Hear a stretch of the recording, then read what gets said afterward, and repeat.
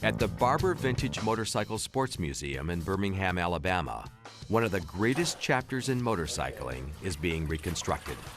You're going to have to take your friendly reminder off of this gas tank. Yeah, well, better safe than sorry.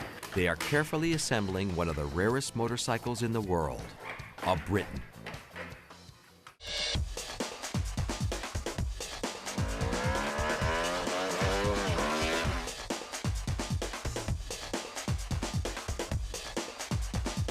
One of only 10 Britton motorcycles in existence. Champion racer Chuck Honeycutt and museum mechanic Joe Britton prepare the legendary bike for a run around the track. Yeah, I'm in. This is just about the only one left running, isn't it? Everyone else has put theirs up? I think so, yeah. Well, I'm glad we still get to play with ours. Joe is right. This is the only roadworthy Britton left. The rest have been put out to pasture as pampered showpieces in private collections. There's nothing like the sound of a Britton at 12,000 RPM. If only a handful were ever built, and only one of them still running, why does an obscure racing bike that looked like it jumped out of a tropical fish tank qualify as one of the world's greatest motorcycles? Oh, wow. Perfect. Because of one man, New Zealander John Britton, a soft-spoken genius who single-handedly took on the world's largest motorcycle makers and beat them in his own garage. The year is 1991. The place, Daytona Speedway, the red-blooded American capital of motorized racing. It's the home of the stock car Super Bowl, NASCAR's Daytona 500, and it's where the biggest races in U.S. motorcycling take place. Britton took a Ducati engine, lashed it to a chassis of his own design, and traveled halfway around the globe to race it in Daytona's Battle of the Twins. He shocked the racing world by taking second place. But it wasn't good enough for a man who designed and built his own house and had been restoring, rebuilding, and racing motorcycles since he was a wee little Kiwi. He went back to New Zealand and challenged himself to do the impossible. Returned to Daytona the following year with a motorcycle completely of his own design. He decided he'd start from first principles and just go absolutely from the beginning without any thought of what had been before. By being able to do the whole thing from scratch, I think he was able to be right on that cutting edge. The first thing he did was build a wireframe model of the motorcycle he already had running through his mind. If I've got any talent at all, it's probably I'm pretty good at visualising a finished product before it exists. I can visualise a motorbike pretty well detailed before it's built. My other forte is knowing the shortcuts. I'm very good at cheating, cheating my way through something to keep the cost down.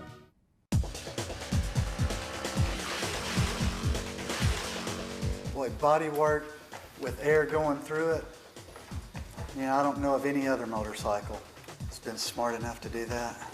The way the downforce, where they've incorporated the ground effects on a motorcycle, and with the wings being in the middle of the bike, pushes the whole motorcycle down at speed.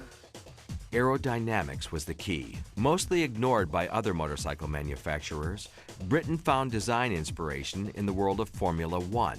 I'm trying to get an air supply into that low pressure area.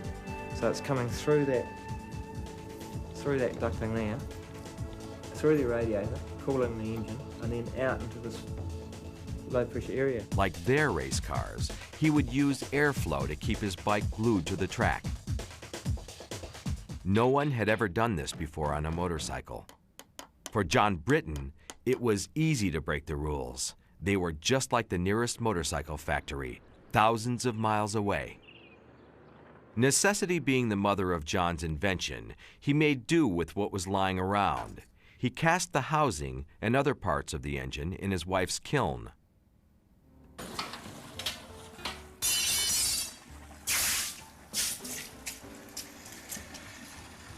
don't believe it. It's not water. Excuse me. Get some more water from the swimming pool. Overall, he manufactured by hand a mind-numbing 6,000 separate parts and pieces. Be happy, boys.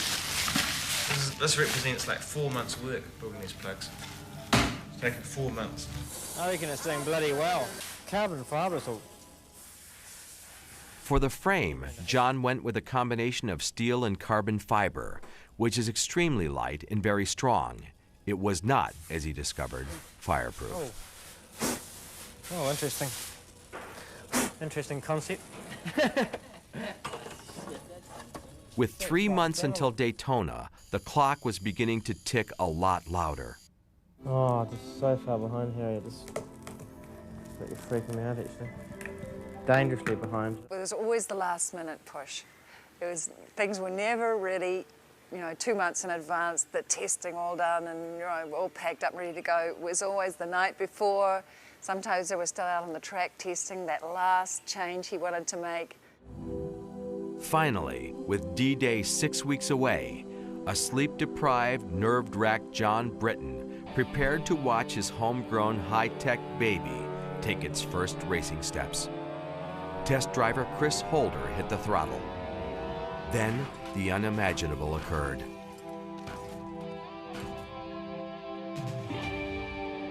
The carbon fiber down tube snapped in two. Britton had miscalculated. The frame was too light for his torque-heavy engine. Oh, that was the worst experience.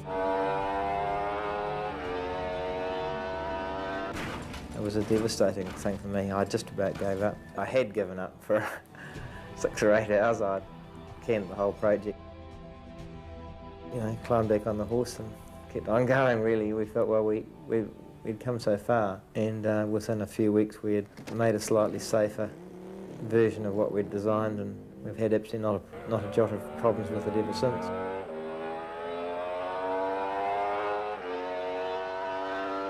Daytona Speed Week, 1992. 1 year after vowing to return with a bike of his own creation, John Britton was back with a motorcycle like no other. Arriving at Daytona with the big bike manufacturers with their triple semi-trailers and everything very beautiful, and there's the Britton in one box, one stainless crate, So we kind of felt small. But as soon as word got out, Britton's bike was big news. The bike was all the buzz. Check the swinging on it. I mean, this thing is so exotic. It's got to be the ultimate new. It's got to be the idea, huh? That is the most awesome motorcycle here in Daytona. Absolutely. A mechanic's dream, that's what it is. But the motorcycle gods seemed determined to make John pay for his bold creation. On a final test run the day before its Battle of the Twins racing debut, a cracked cylinder sleeve put the Britton out of commission. With the mechanics party going full blast in his borrowed garage space, John set up shop to try and fix his broken dream. It's good not to panic, but just be resourceful. A homemade remedy of soldering and brazing brought the cracked cylinder back to health, and the next morning, the Britton V1000 motorcycle roared back to life. With absolute amazement, John watched his two-wheeled namesake shoot to the front of the pack, settling into second place before hitting the first turn. There was no doubt, the one-off from down under can run with the big boys. The driver has a hard time keeping the front wheel down in any gear. You watch us catch up here. You watch, we've got more power here, you watch. The Britton racer pulls up alongside the seasoned frontrunner and pops an in-your-face wheelie. Far out, did you see that? It's a moment of triumph. Britton, the new bad boy on the block, announcing to the world right here with the Ducatis, Hondas, and Yamahas, I can match up with anything.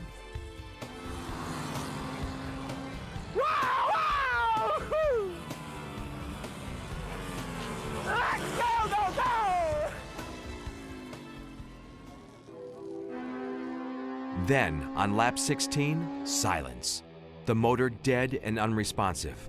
After running in first, it would finish last. Britton was shattered.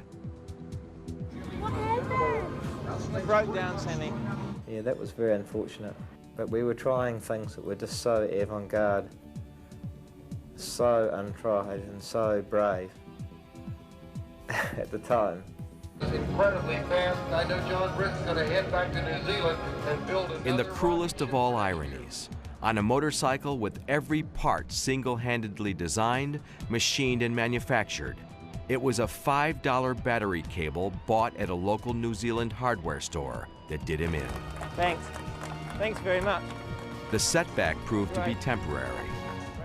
The Britton went on to turn heads and take checkered flags all around the world. It even made it back to Daytona to capture the elusive Battle of the Twins race. We've had a lot of small victories in amongst the efforts, you know, and they're all very little moments, special moments, lots of them. In a history long and rich, no other motorcycle can boast of such a direct line to the heart and soul of its creator. Sadly, John succumbed to cancer and passed away in 1995. But the Britton lives on, and with it, the man who challenged himself and the rest of the world and won.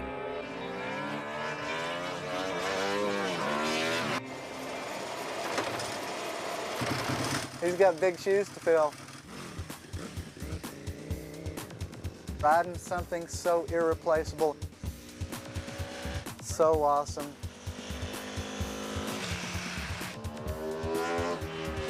There's got to be nothing like it in the world.